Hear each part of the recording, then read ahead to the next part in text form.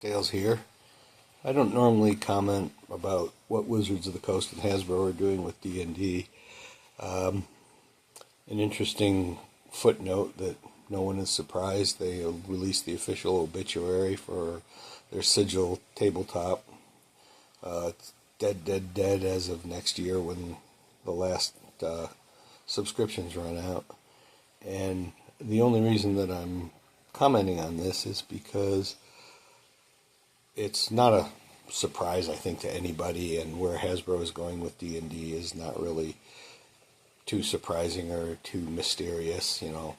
It's going to end up one of two ways. They're either going to just sub out all of the creative content, what little of it they need to sustain it, to keep it a licensable brand and keep it in-house and just make the money off the licenses, or they're going to trim the division down and sell it, with Magic the Gathering being hugely profitable as the main component of the sale. It's probably going to go one of those two ways.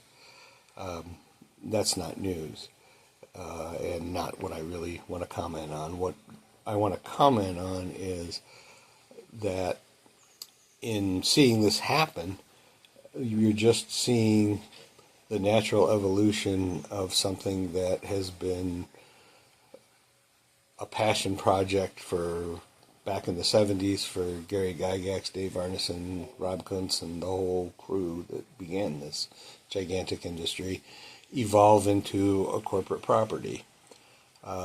It's oddly similar, believe it or not, to IBM, which under Thomas J. Watson was a company that passionately believed in creativity, innovation, back in the 50s and 60s.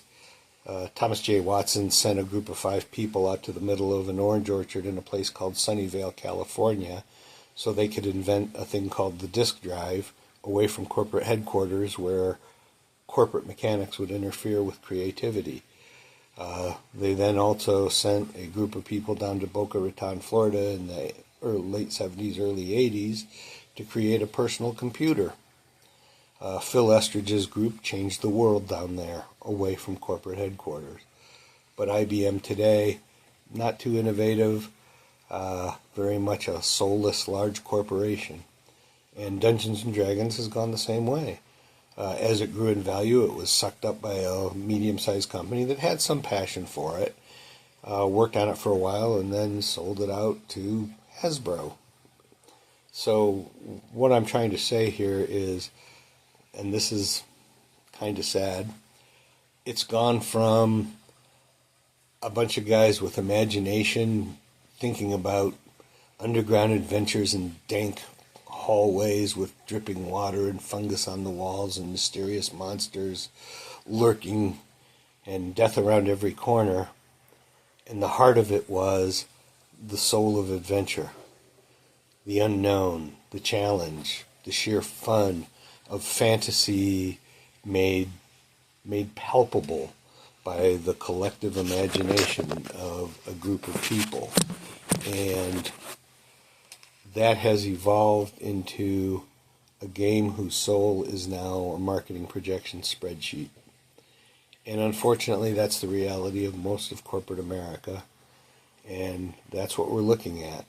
So it now falls to people outside of Hasbro to carry forward the legacy of the Dungeons & Dragons brand and concept. And I think we should just all kind of note that in passing, not get our knickers in a twist about it, and just move on with our creativity and our fun and take this in the different directions that we're allowed to go with it. Smoking today a Gurkha Beast, pretty decent stick, and let me know what your thoughts are on the future of D&D in the comments. Thanks.